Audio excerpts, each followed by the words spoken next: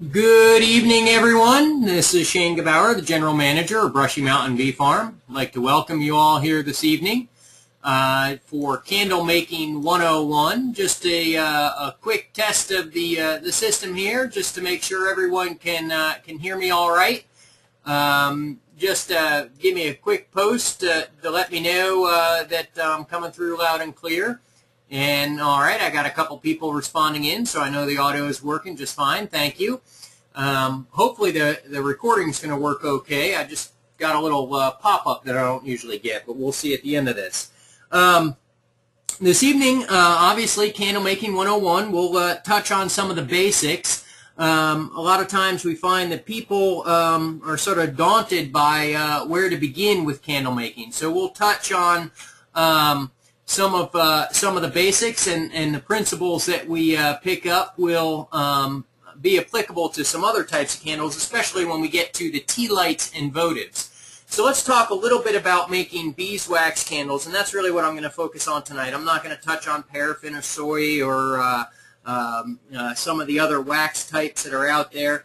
We're just going to focus on beeswax, and we're going to cover a little bit of background information. We're going to talk about some rolled candles, tea lights, and votives. Those are some of the easiest candles to make and can certainly get you into the craft of candle making. So let's talk a little bit about some background information. Wicking.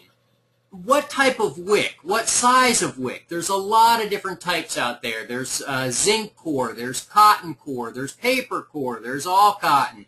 All these different types of wicks. And really, in our catalog, we give some parameters in terms of what size wick to use, but some factors that are going to affect your wicking selection will be the cleanliness of the wax. What happens is the wick, as it's named, wicks up the liquid wax into the fiber of that wick and brings it up to the flame through capillary action.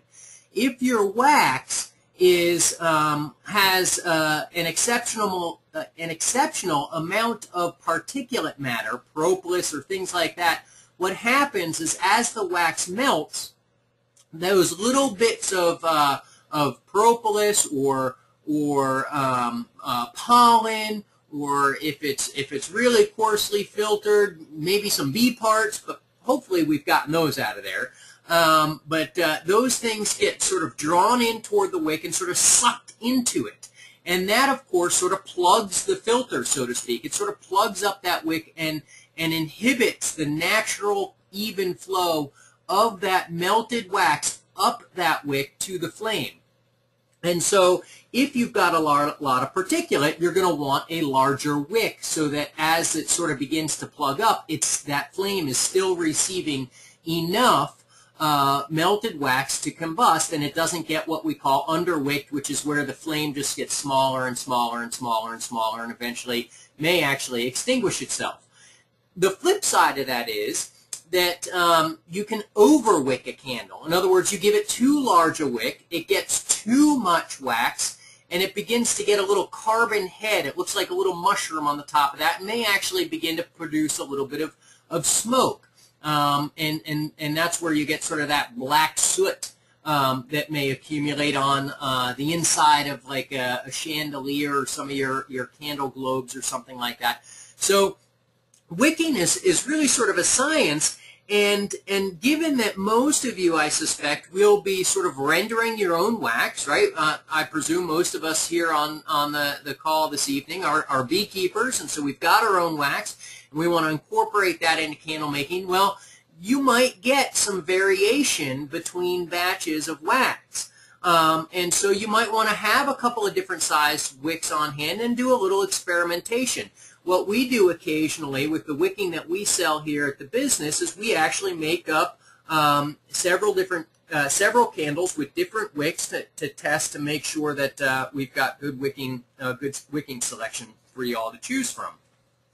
And of course, the size of the candle is going to play a role here too. If you've got a 1-inch candle as opposed to maybe a 3-inch pillar, the wick for that 1-inch candle is going to be a little bit smaller, quite a bit smaller than it would be for the 3-inch pillar, because that for that 3-inch pillar, you're going to want a little bit larger flame to help melt that larger diameter of wax. The other thing to keep in mind, and this will be important when we get to the tea lights and votives later on, is the melting point of beeswax is about 145 degrees Fahrenheit, give or take a couple of degrees. It varies a bit, but it's right in there at about 145. The melting point of paraffin ranges from about 120 to 150. Now there are these, the reason why there's a 30-degree range there is that there's a lot of different variations on paraffin. And there are some that melt a little bit lower than 120 and some that melt a little bit higher than 150, but that's a pretty good range. Note that the paraffin is for the most part below the melting point of beeswax. And when it comes to actually wicking our tea lights and votives later on in the conversation this evening, that will be important. So that's just sort of a little bit of background on sort of wicking selection, and a bit about the waxes. So let's get in now to the rolled candle sheets. Now this is a beeswax candle sheet that's been dyed green, and the candles that I'm going to illustrate this evening are what we call pencil-topped candles. They've got a little bit of taper to the top, and you'll see the final product here at the end. So we're going to start with a full sheet of a full sheet of beeswax here.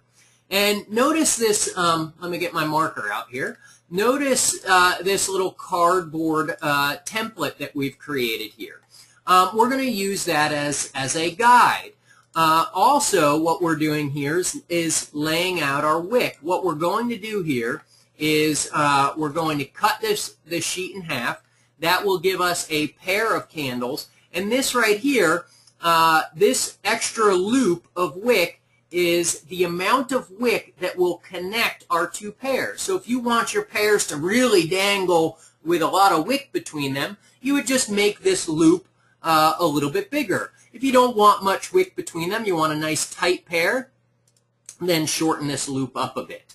But that's how you get your surplus for the hanging pair. And the wick that we're using here is 2/0 wicking, which is pretty good wicking for the beeswax sheets. So first off, let's talk a bit about this cardboard template. How did I make that up? Basically, the important thing is that you've got a square edge here that you're going to line up with the square edge of the sheet here, and you've got a square edge, straight edge here, and this angle right here is, you know, a 90-degree angle, so that's, you want to make sure of that. And what I've done is, whoops, uh-oh, having some technical difficulties here. Come on. What I've done with this is measured out, where's my, there we go. I've measured out basically 8 3/4 inches to the center point of the cardboard. So you want to measure the distance here, divide it by 2, and you want that to be about 8 3/8 inches. These sheets vary a little bit sometimes when they're cut, so you want to do what this measurement is right here, this 8 3/8. You want to measure the total width of this wax sheet and divide it by 2. In this case, it was 8 3/8. So you want to divide this. This sheet was what's that? Doubled. It's 16 3/4. So you want to basically get to the center point of the sheet of beeswax, and then to get that angle.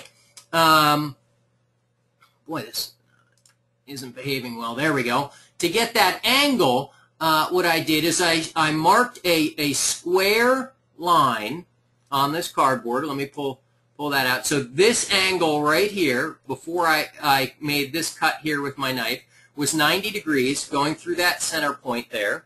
And then I measured up 1 inch here, and then this space right here is also 1 inch. And then I just sort of connected the dots with you can just make out a little bit of my straight edge right there. And I just connected my dots and used a utility knife to make a nice straight line there. And that's how I made my cardboard template. Now, if we didn't, if we just wanted to create sort of a flat-topped candle, all we have to do is cut this sheet in half with a nice square line going through. But this angle right here will create that pencil top. Also, you can make pillars. And all we would do there is instead of cutting the sheet at all, we'd lay our wick along this edge and roll this entire sheet up using the entire width, and we'd end up with a pillar candle. That's they usually work out to be close to about 1.5 inches or so in diameter, maybe 2 inches in diameter. And so that's how we create our template, and that's how we're going to proceed. So now I square up the template here and the edge down here, and I just simply follow this cardboard. Try not to cut your cardboard with the utility knife, because you want to keep that edge nice and straight, because this angle is going to form our taper. All right, so now what we do is we take that wick and we lay it along this edge. And here's our cut right here. We've sort of separated the sheets apart a little bit, and the wick's being laid along that edge, and then it's just being folded over. That edging is just being sort of folded over that wick to pinch it. And you want to pinch it good and tight so that it holds. And you also notice here how straight and tight it is.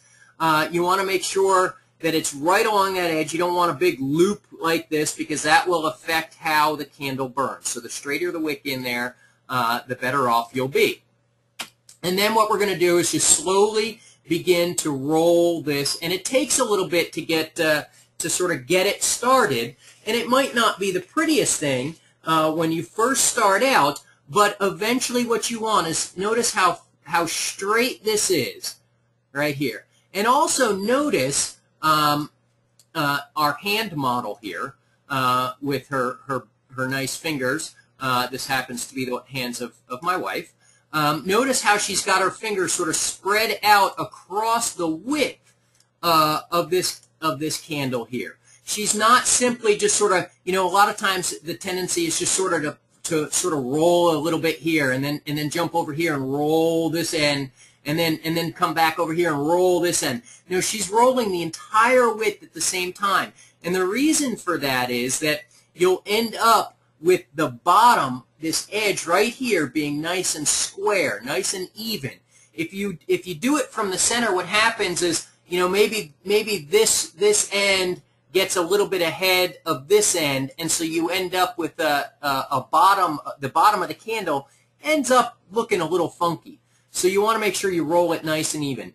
The other thing to keep in mind is, before you actually roll any of these candles, you want your wax sheets to be on the warmer side.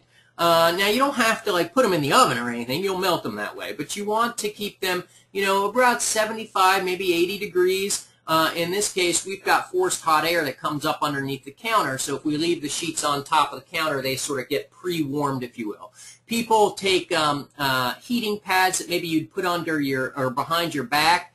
You can lay a piece of cardboard on top of it, and then roll your candles on top of that cardboard, and that sort of helps a little bit too. Wax gets very, very brittle when it's cold, and so you don't want to try and roll candles when the sheets are cold, because you'll end up with a disaster. They'll crack on you, they'll break on you.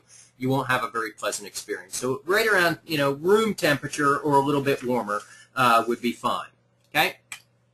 Now here's our final product of one of the pair, and notice all this surplus wick sort of hanging out the top here. That's the wick that's going to be used for the second half of our candle sheet. And also notice this right here. This is the bottom of the candle, and again, notice how flat it is across the bottom. And that's important. You want a nice looking base to this candle, and the reason why it's nice and flat, again, is because it was rolled nice and evenly. One end of the candle didn't get ahead of the other. Now, if by chance, as you're rolling this right here, if, let's say, this end does begin to get a little bit ahead, and you do begin to see that the base isn't even, you can certainly unroll it a bit and sort of try and square it back up. But you don't want to be going back and forth, rolling this up, unrolling it, rolling it up, unrolling it, because you'll begin to fatigue the wax sheet a bit, and it'll affect your final product. Okay, so you want it, again, nice and even. And then now you can see how that angle also creates this sort of tapered look to the top of the candle. It's very nice. And to roll your pear, now you take your surplus wick, you lay it across the sheet just like you did before, and roll it up. And you can see how they're attached right here. And now here's the little loop that we had at the beginning, and there's our hanging pear. And that's essentially all there is to rolled candles. You can do a lot of variations with this. Again, you can, instead of cutting this angle like this, you can cut it square across, and that would create a flat-topped up here, just like the bottom is flat. So you can do that sort of candle. You can do a pillar, like I mentioned. Roll this whole sheet all the way across without cutting it at all, and you'd end up with a nice pillar. You can get creative and start doing two-colored sheets and creating sort of these two-colored candles. There's a lot of variations you can do. But that's the basics on candle making, or on rolled candles. Just a side note, you can easily sell these if you're interested in sort of putting some candles in a farmer's market or maybe some local stores. You could probably sell these fairly easily for $3.95, $4.95 a pair, and the wax sheets they retail for about $1.45 or something. So that would be a pretty good margin. Or they also make very nice gifts. Now, moving on. Now we're getting into melted wax. First, we'll talk about the tea lights. Here's my chunk of wax. You can see it's fairly clean. It does have a little bit of particulate in there, but not too bad. It's pretty good and clean. I'm not going to enter these candles into a show or anything. If you've got a big chunk of wax and you want to break it up so it fits inside your pour pot, the easiest way to do that is throw it in the freezer for overnight, and then the next day put it in a box and take a hammer. And again, beeswax gets fairly brittle, very brittle when it's cold, and it's fairly easily cracked when hit with a hammer after being in a freezer all night. You can see actually I used a little bit of a chisel. Actually, it was a hive tool that I smacked with a hammer to get this block to break apart. And then now here's my double boiler that I've got. Just a cheap, inexpensive stock pot that I picked up as a 3-pot set from Kmart. My pour pot inside, and of course there's water down inside here, and just pure wax inside my pour pot. You don't want to put any sort of cover on top of this, because as the water begins to heat and begins to steam a little bit, if you had a cover on, the steam would hit that cover, condense, and could possibly then drip down into your pour pot, and you'd end up with water in your wax, and that would create sort of a sparking candle, and not necessarily those trick candles that relight. It's not a very pleasant spark. The other thing that you want to be careful of too is that the water level isn't too high, because if that water does begin to boil, you don't want the bubbles, as they break, the boiling water bubbles, to sort of spit water droplets inside your pour pot and give you water in your wax. So you want to be careful of those things. And this is just, by the way, sitting on a little tabletop type burner that I also picked up at Kmart for $40 or something like that. And that way I don't get my kitchen stove all dirty. And it's electric. You want to make sure you're using electric heat sources, not gas, so that you reduce the risk of fire. Okay. Let's get everything ready while our wax is melting. This is out in my garage in my wood shop. I've got my little tea light cups laid out. I'm going to be doing votive, so I've got my votive mold laid out here, and I also have my my wick all ready. Now I'm using pre-assembled wicks here. Frankly, they're so much easier. You can buy these little tabs right here. You can buy a wick and make your own, but really, folks, it's so much easier just to buy these wicks. The only thing you need to be careful of is just try and get your wick fairly straight. And especially when we talk about the votive wicks, which tend to be a little bit longer, those votive wicks can really sort of have a lot of bending to them, and you want to make sure it's fairly straight so that it sits straight inside your candle when you insert that insert that wick rather. Okay, so I'm all set. You want to make sure you have all your supplies laid out, because when your wax begins to cool, you've got a very narrow window of opportunity to get that wick in. So here I am. I'm pouring my first tea light. Let me just back up for a second here. Notice too that this is the edge of my table.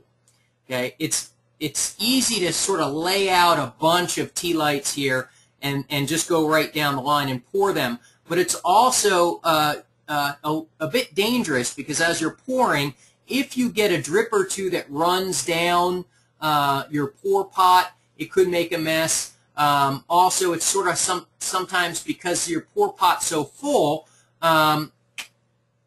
you've got to sort of have it at an angle, and you can sort of have it over the edge of the table, and that way you can get right down. Notice how close I am to my cup here, my tea light cup.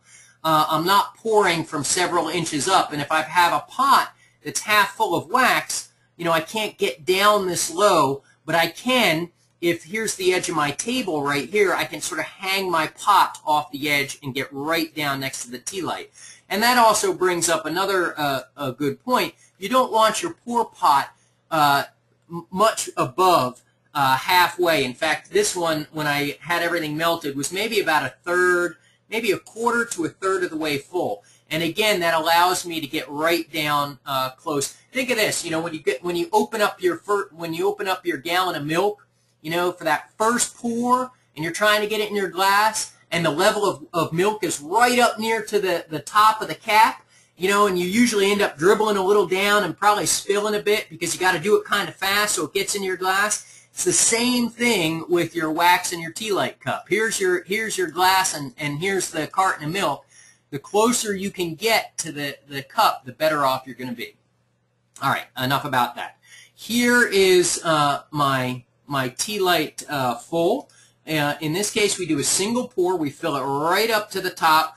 Here, don't panic if this takes a little bit of practice. And I'll admit, I got fairly lucky when I did these for the photos. I didn't spill a one.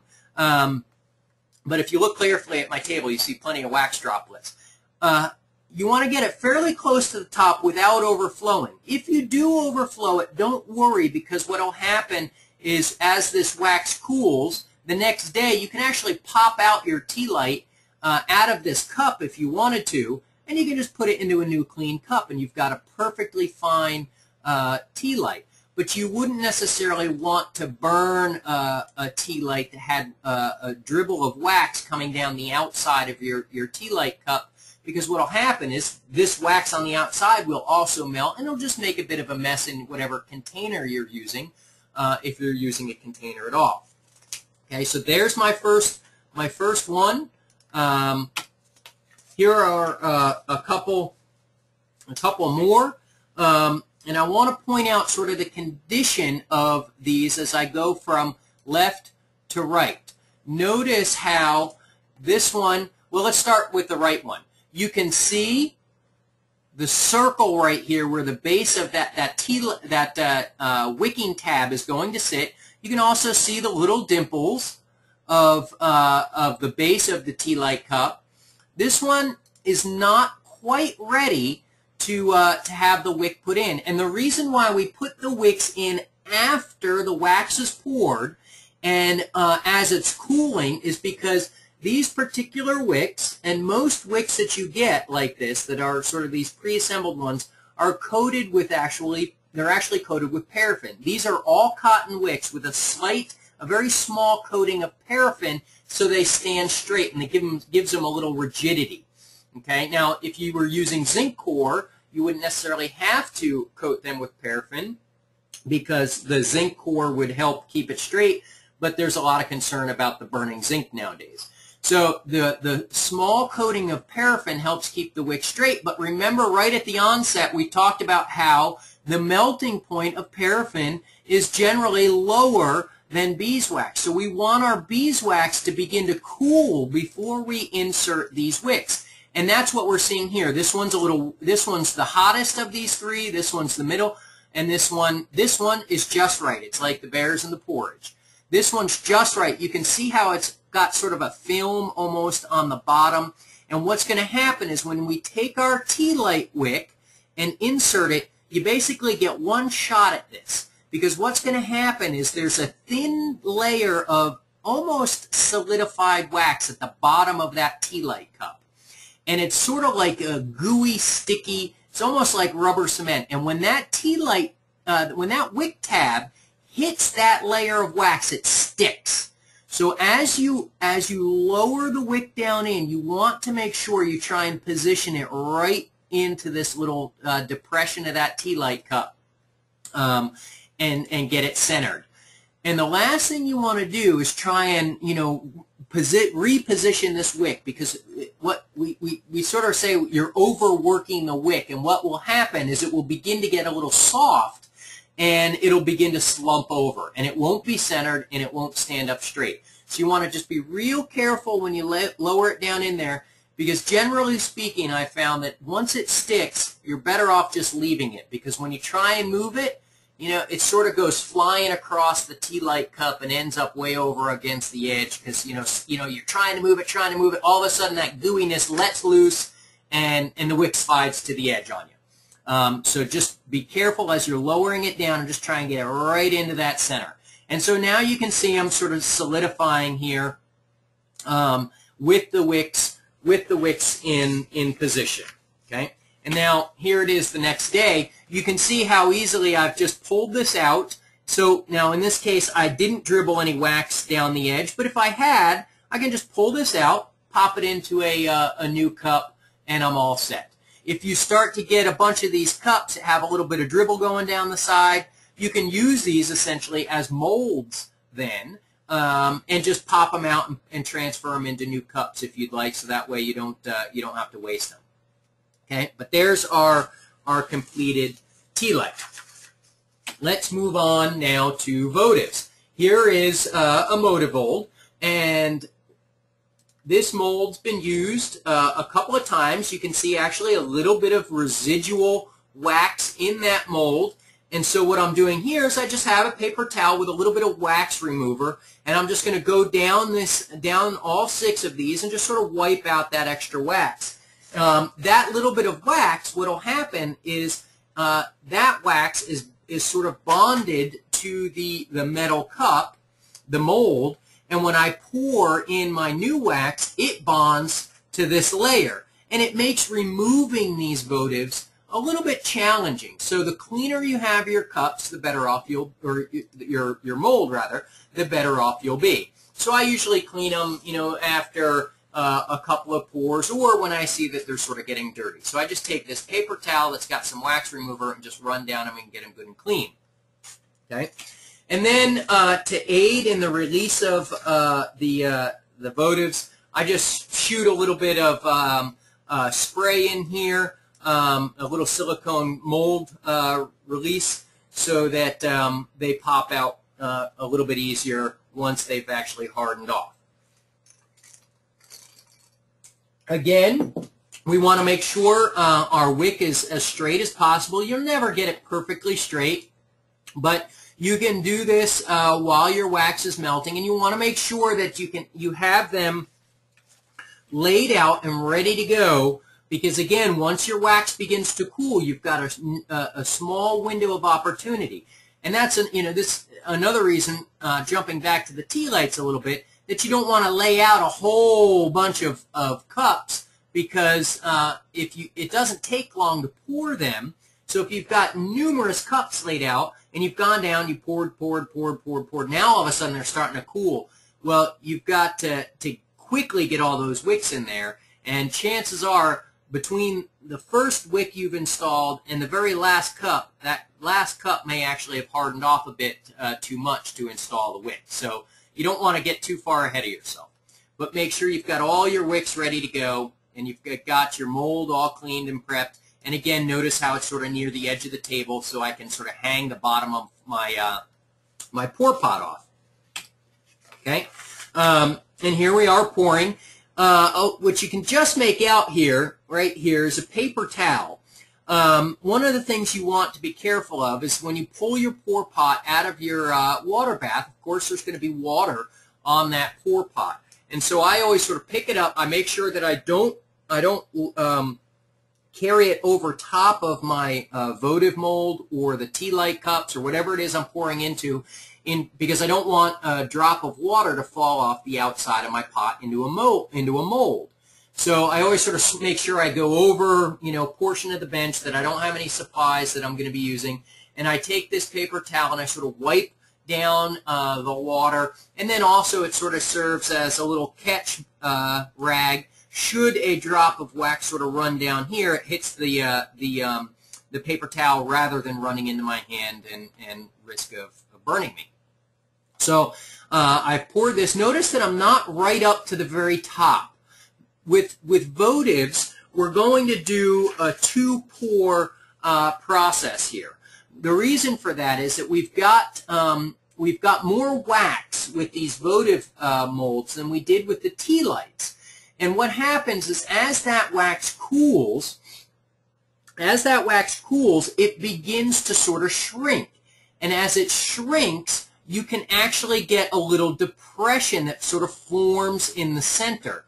And that's doesn't really affect the burning of the candle too much, but it's not very pleasant to look at. It's not a very aesthetically pleasing candle. And so what we're going to do is once this sort of skims over, we're going to come back and sort of top it off, but not once this, we want to do it though before this candle is completely hardened, because what will happen is if this wax is still warm but has a little bit of a layer to the top of it, when we top it off again, those two layers will fuse together, so you won't have a line when you that's created between those two layers when you pop the candle out. Okay, so you want to go down here, fill up your molds, but leave a little bit of head space at the top. Here you can see that skim beginning. This is right about when we want to add our wicks. Notice that we've got a little bit of hardening of the wax around the rim, around the edge, and also you can make out right in here sort of this film that's beginning to form on the top of this candle. This is what you want to look for. This is just about perfect for installing your wick. Again, we don't want to put the wick in too soon because that paraffin will get too soft and it'll sort of slump. And with this film, what will happen is this film will sort of help anchor the wick in the center of the candle. And we don't want to overwork it again, because as you sort of try and center your wick, if you move it back and forth, it's sort of like taking a piece of metal or something and bending it back and forth. Eventually it weakens and it'll sort of break. Well, as you move your wick back and forth, that layer of paraffin sort of weakens and it doesn't hold itself upright quite as well as perhaps it should. So you want to wait for this film to form, and that'll hold that wick just about perfect. And here we go. We've got the wick in now. You've got a couple of bubbles. I've got a couple of bubbles. I'm not too terribly worried about these right now because I'm going to put another layer of wax on top of this, and these bubbles are going to get masked over. You won't be able to see them. So I'm not too worried about that. And now what I've done is I've gone down my line. Notice this wick is off center. I probably want that one right about here, but I'm not going right now and moving it. I want this film to develop a little bit more. You can see here, now I've centered it up, and you can see too, you sort of see a wrinkle right here from where I broke that film to get it centered. Again, I'm not too worried about that because I'm going to top these off with a fresh layer of wax that will completely cover this up. You will never ever see this. But you can also see this sort of darker color here indicating that my wax is still hot underneath. I don't want this, I don't want to wait until the next day to top these candles off, because then those 2 layers of wax will not fuse together, and I will end up with a line, or even worse, when I pop these out of the mold, those 2 layers will separate, and I'll end up with sort of this disc that's, you know, just a thickness of a wick that's sort of sitting on top of this portion of the candle, and that's not very nice at all. So I want to pour while that wax is still soft. So now here I am topping this candle off. I'm topping this first one off. There's my bubble. And you can see actually how it's melted right through down to that bottom layer. And so you can see how these 2 layers are going to fuse, but I still have enough of this sort of hardened off layer that was from my original pour that's holding my wick in place. And you can see that over here as well. So I'm going to go down the line. I probably could have put a little more wax on the top of this one. That one's not quite as full as I might have liked. That I always keep the rejects for myself and give the nicer ones away. So that one will end up on our table. But go down the line and top these off, and here's what they look like as they're topped off. So now you can see that there's no wrinkle here like there was. You can see how these layers are sort of fusing together. You can see how they're melting together. Now here, note right here, I do have a little bit of a bubble. That one now, that's in my second pour.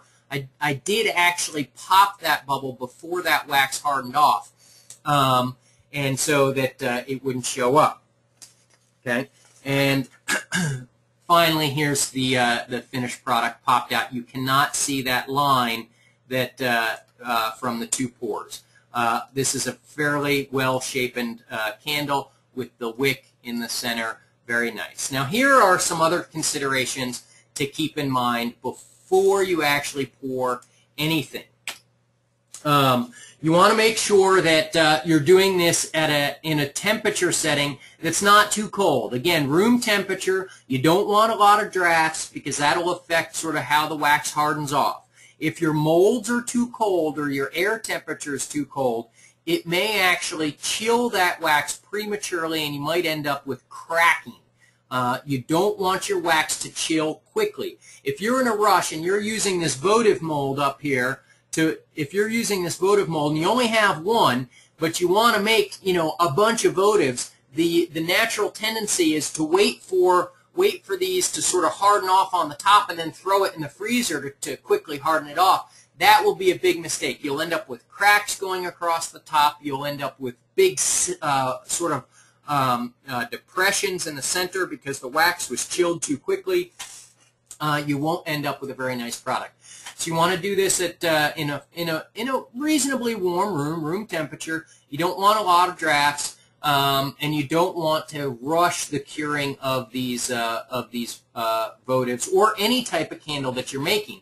The other thing that you can do with this one, again, I sprayed these. This one popped right out. Notice how I'm sort of squeezing the mold a little bit. That just sort of breaks it loose, and you can lift it right up. If you do have a problem getting these candles out, once it's hardened off, once it's the next day, at that point, you can throw it into the freezer, and that wax will shrink away from the metal and make it easier to pop out. But you don't want to do that before it's hardened off completely.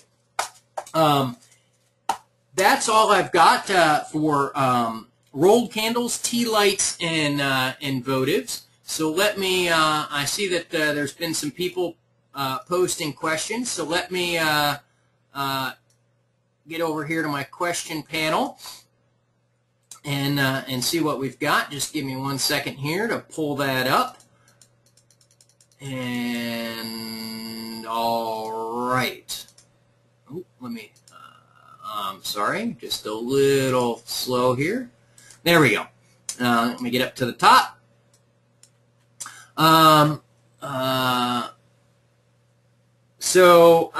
Person looking for a source of interesting molds, preferably the silicone ones. You know, the best selection of molds that I've ever seen actually come out of Germany. We're going to be incorporating some of those molds into our 2010 catalog. We don't have them just yet, but most of the really good, interesting molds that I've seen, really ornate ones, very unusual ones, come out of Germany. So, Alan, probably it'd be expensive shipping, but that's where you're going to find your best source of silicone candle molds. Germany, for some reason, they're just avid candle makers, and they've got all the companies over there have a fantastic selection. Let's see here. All right. Just people responding right at the very onset that they were hearing me. Wax shrinking away from wick and center. Third concern, minimum cooling time prior to removing mold. So I assume when you say the wax shrinking away from the wick in the center, you're sort of getting that hollow, that depression around the wick. A lot of times you'll have to do that second pour once it begins to sort of cave in. And in some cases, you may even have to do a third pour, depending on the size of the mold and how much wax it's holding. Of course, the larger the volume, the more potential for shrinkage at that point, or the more amplified it may be, depending also on the opening where you're pouring the wax in. So that's going to affect how that wax shrinks away from the wick in the center, sort of forms that cavity. So try that second pour, maybe a third pour. And in terms of minimum cooling time prior to removing from the mold, again, that depends a little bit on the mold. A tea light, if I wanted to pop those out, probably within a few hours it would be hardened off sufficiently. But a votive, of course, is going to be a little bit longer. If you've got something that's got a pint or even, well, a quart's, I guess, a bit excessive, but if a pint of wax in it, which there are molds that take that much, obviously the cure time on that's going to be, the hardening time on that's going to be much, much longer. I don't know of any sort of equation, so to speak, that say if you've got X volume of wax at Y room temperature, it's going to take so many minutes per ounce of liquid wax or something like that. I'm not aware of that, but those are factors that are going to go into that. Of course, room temperature, the volume of the wax in there, and the starting point of the mold. Let's see. Why isn't the cardboard right at the edge of the wax sheet? I think that was in an early slide before I moved it there. I just sort of had it in the center just to sort of show it in relation to the sheet. Here's a question about the rolled candles and if they burn faster than poured candles. And they do burn a little bit faster. But Jeff, I was the first time I rolled some. Actually, I should say the first time my wife rolled some candles and we burned them. I was really surprised at how long they lasted. They can last. You would think they'd be gone in a half an hour, but they actually last a couple of hours. And the reason for that is that as the wax melts, it sort of falls down into the layers from the rolling process and sort of gets caught in the embossed cells. And so essentially what happens is you end up forming a solid layer of wax, and it burns very similar to say a regular taper that we have here in the picture that I've got up right now. Now, I say that it burns very similar, but the fact of the matter is that there is a whole lot more wax in this candle than there is in a rolled candle, so of course this one will burn longer. But they burn longer than you might expect. It's really quite nice. Are the wicks that we sell lined with wire? We do have a zinc core wick, but we also have a cotton wick. The pre-assembled wicks that I was using here for the tea lights and votives do not have a wire in them. It's a solid cotton wick with, again, it does have that little layer of paraffin, but it's a solid cotton wick. Which size wicks do you use for the tea lights and votives? Oh gosh, Carol. There's 3 numbers in it, and I can't remember what they are. I can look it up for you. I don't remember off the top of my head what size it is. It's a little bit different naming convention than, say, like a 2/0 or a 1/0 or a 0/2. There's 3 numbers that sort of go into dictating the size of that wick, and I can't recall off the top of my head what size they are. But I can look into that for you. How long does it take to cool where I can put in the wick for the votive? Again, it depends a little bit on room temperature, the temperature of your wax. You probably want your wax, by the way, I failed to mention that, you probably want it up at about 160 degrees, which is just a little, only about, 15 degrees above the melting point thereabouts. So you don't want it too terribly hot, and it's not a bad idea to put a thermometer in it just to monitor the temperature.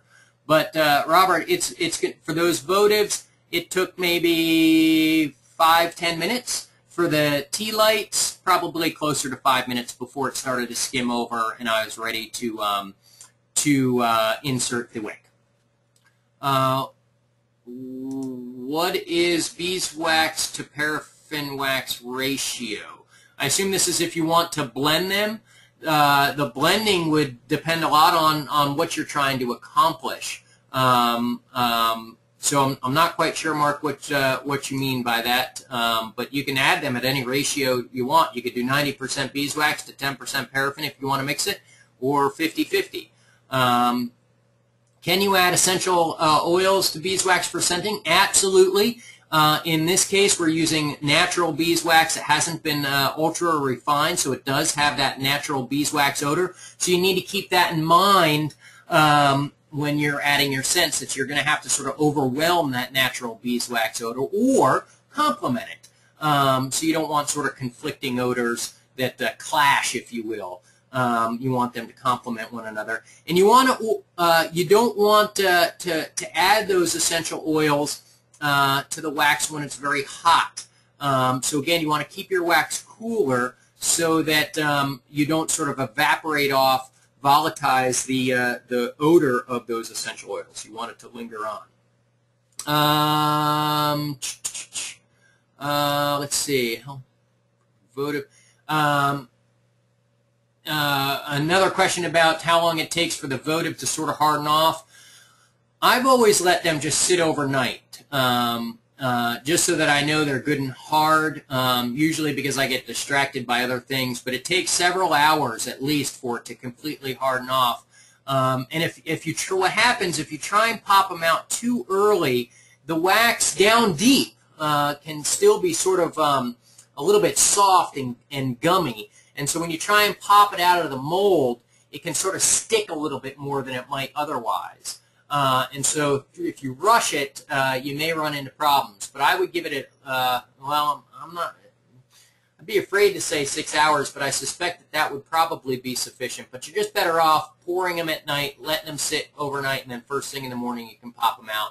Other candles, again, it depends a little bit on the type of candle and how much wax you've got. If you're doing tapers, usually about 6 hours is sufficient, so it's good and hard. And you want to make sure, again, that it's cooled completely, and then it sort of shrinks away from the mold as well, and that's useful. How long will a votive burn? It burns, a votive burns a little bit, again, not to be vague and ambiguous about these answers, but it's the nature of it, frankly. But they burn depending on whether you've got drafts, they'll burn faster. If you've got it in a, what type of votive cup or votive cup you've got it in, what kind of container you've got it in. If it's one where it's like those square glass ones that the wax, if it spills, if it sort of erodes off the side and sort of drains out of the top of the candle, it'll burn more quickly. If it's a tighter container where the wax sort of pools at the top, and so it doesn't run away from the wick, but rather burns through the wick, it'll last much longer. But the votive mold that we sell, we call it a 15-hour votive mold, and they can last that long under ideal conditions. But generally speaking, probably not, but you can easily get 10 hours out of them. Comment, we've used the silicone muffin pans that are snowflakes and Christmas tree designs. They make nice molds too. That's a great idea. You know what you can do? I'm not exactly sure what these look like or how big they are, but you can make Christmas ornaments out of them if you want. You can actually take a little piece of wicking or a little piece of ornament tinsel, and as it cools, sort of insert it to create a little loop, and that way you can hang it up if you wanted. We've done that in the past. Is there a way to make beeswax sheets with your own wax? There is. It depends on whether you want that embossed pattern or just a plain sheet. But the easiest way to make your own sheets is to take a piece of wood that's about the size of the sheet of wax that you want to make.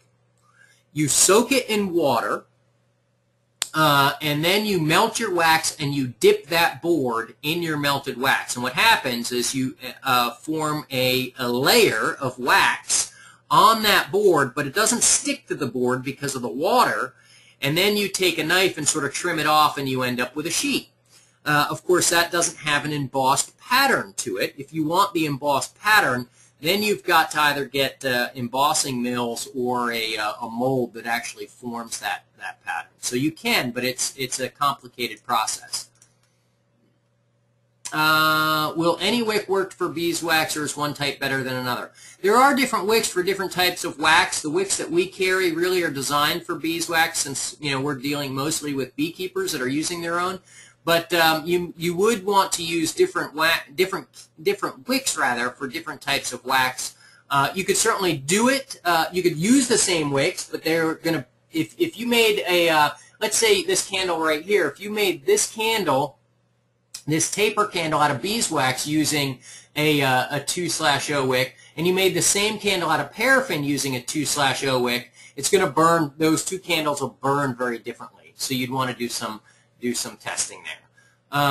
What is wax remover? It smells a lot like citrus. It's almost like sort of like citrusol sort of stuff. I'm not quite sure if it is, but it's sort of it's along those lines. Is it necessary to use a double boiler rather than heating directly? I would definitely use a double boiler rather than heating directly. You never really want to heat wax directly on a burner. Always use double boiler, because after all, it is in fact flammable, and that water bath protects it from direct heat and reduces any chance of accidental combustion. Let's see. So is there any recommendation for using the antique taper mold? Sort of the ones that they used to use in the olden days, that there's 6 or so in the mold. To get them clean, you want to use a little wax remover. You can take some cotton balls, or better yet, a piece of fabric, and wind it up around something, and almost like you'd be cleaning the inside of a barrel. You can sort of swab it out the inside using some fabric. Cotton balls you can use, but sometimes they leave little fibers behind that get into your candles, whereas fabric, you're more apt to get it a little cleaner. But you can sort of scrub out the inside, so to speak, with some candle remover, wax remover, rather, soaked fabric to clean them out. You want to make sure that the opening at the bottom does not get too big, so that wax begins to drip out of there.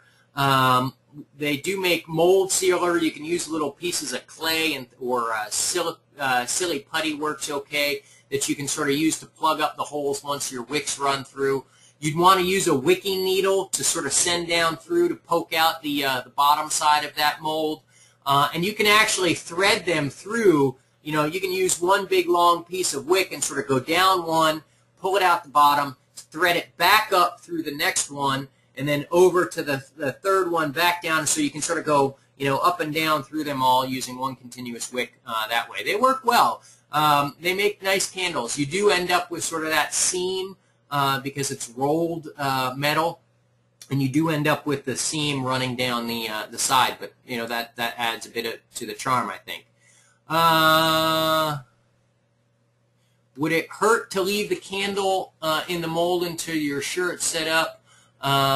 You can leave it in there for a while. I wouldn't leave it in there sort of indefinitely because it may begin to react a little bit with the metal and begin to discolor that wax. So once it's hardened off, 24 hours, I'd pop it out so that it doesn't begin to interact with the metal. What's the best way to color wax if you want different colors? If you're using this natural beeswax, you can use coloring in it, but it gets difficult because of course you're working with a colored product to begin with. So you're going to have to add a lot of colorant to it, and they do make candle colorants. We've got it in our catalog, and you may also want to consider again, sort of working with the natural color of beeswax rather than trying to force it into a color that you're just never going to get a good, clear, true color because you're already working with sort of this orangey yellow material, if that makes sense. Let's see. So the scented oils, again, I've already talked a little bit about scented oils. There are essential oils and there are fragrance oils. Fragrance oils are synthetically made. Essential oils are distilled from plants or well, mostly plants. So something like rose or spearmint from mints and things like that. You want to be careful that you don't add them when your wax is too hot, because the heat actually evaporates off the fragrance, the odors, and so you'll be driving off the scent that you're trying to impose on that candle. But you can certainly do it, and you can make some very, very nice smelling candles. How do you make candles in the picture that seems like a smooth taper?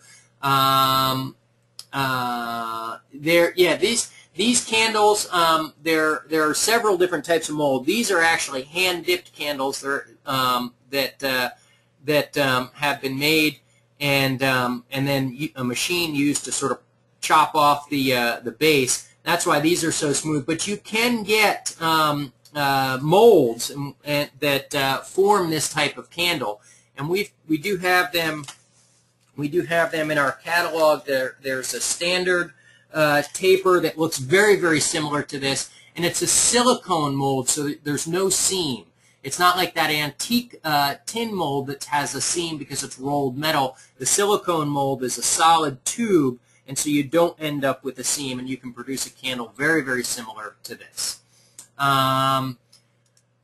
What's the average selling price on tapers, votives, or tea lights? It depends. It's what the market will bear. We have a friend up in Massachusetts that's selling some rolled candles, and I think she's going to mark them at about $8 a pair. We sell here out of our catalog some hand-dipped candles, and they're about $4 or so a pair, but we're trying to sell them so that people can retail them later. We've got in town votives, a store that's selling some votives, not ours, but some other people's, and they're about $2 a piece. Tea lights, $1 a piece, but a lot depends on what the market will bear. If you're in sort of a nice gift shop, certainly a little bit more. If you're selling it at a farmer's market, maybe not so much.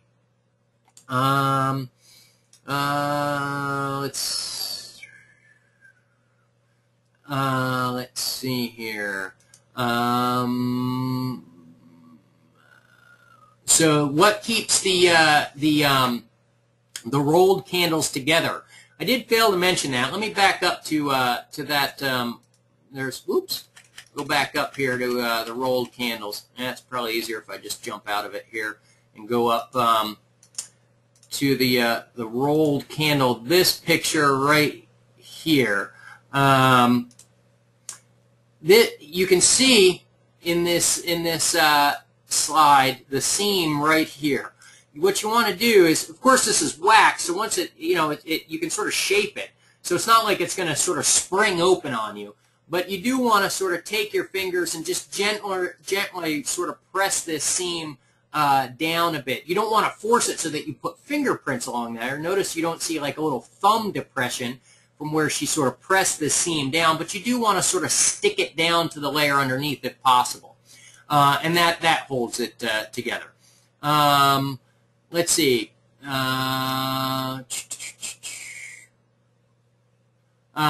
Is there a ballpark ratio of wick size to taper size? If you're doing tapers, either a 2/0 or a 1/0, probably a 2/0 would be better. Let's see. Let's see. Does beeswax take color chips well? You can add color, but again, you're working with that sort of yellowish tint. Would it be the same size wick if it's a 6-inch taper or a 10-inch taper? Yes, it would, just because the diameter of the candle is essentially the same size. Will I do a dipped candle class? I'm not sure, Nikki. We'll see. Let's see. I did not talk about dipped candles. That's sort of a more advanced thing. Let's see. So yeah, here's actually a very good point. Should light and burn for at least an hour rather than light blowout.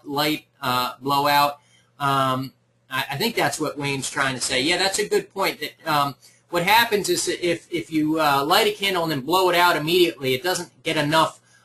It doesn't give it enough time to sort of create a little pool of liquid wax to get soaked up into that wick. And so what happens is if you light it, blow it out, you actually burn the wick, and that will affect the quality of burn as well. And I should also mention that in these slides here, let's see here, if I move down a bit to these, there's a good one. Jump up. These wicks should probably be trimmed up a little bit to about 1/4 of an inch. They're a little long, especially these wicks for the votives. That's a bit long and probably should be cut right about there. It's just a standard 3-inch sized wick, and so there's always a little surplus, which is nice because it gives you a little bit of a handle, sort of like in this picture here, to sort of pull it up from the mold. So you should trim your wicks as well. Where can you get the wax remover? We have it on our website and in our catalog. Are there any natural dyes to color beeswax? That's a good question. I'm sure you could probably find some at a craft store. You just want to make sure that you don't use liquid dyes, again, because you could be you'd be introducing that liquid into your wax. You'd want to use a powder. Let's see. Would you do a single pour for the long tapered candles in the antique mold? I would not. I'd probably do a double pour because what will happen is it'll form that really deep depression at the top, and so you'll want to sort of top it off. Do you bleach the beeswax to make it lighter? How do you bleach the beeswax to make it lighter? You can use hydrogen peroxide. That'll bleach it out. A little bit of bleach will bleach it out. You can use, I've heard lemon juice works. Any of those, you can put thin pieces of it out in the sun and let the sun do it. Let's see. I've heard a solar melter will lighten it up. Yes, that's true. Richard, when's the next webinar scheduled and what's the subject? I usually schedule these a couple of days before I send out the e-flyer. But I'll tell you, I've been dreaming of perhaps a mead.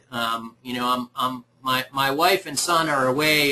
They're at his grandparents right now, and so I'm bacheloring it, if you will. And so I've been, you know, making these pictures and slides and stuff as I've been drinking my mead, thinking I ought to do a mead webinar. I have dreams of doing it live too, but that's too risky, I think. Let's see. If you pour wax into a mason jar, what type and size wick would you use? I would use the 60-ply wick for that. That's a nice big one. In the mason jar, you should be able to get away with one wick in there, but you're going to have to make your own wick there, Samuel, to get that down to the bottom. So just be aware of that, which I'm sure you already are. Let's see. Someone just finished, I assume, a mead, and here's one saying that mead would be great. It would be great, especially right about now. That's all we've got for this evening. I've gone just over an hour. Hopefully my recording worked. Like I said, I did get that message at the very beginning, but I'm hopeful. Folks, with the holiday season approaching, I want to wish you all a very happy holiday, and enjoy yourselves. And thanks for coming, and hopefully we'll see you at a future webinar. Thank you very much, and have a good evening. Bye-bye.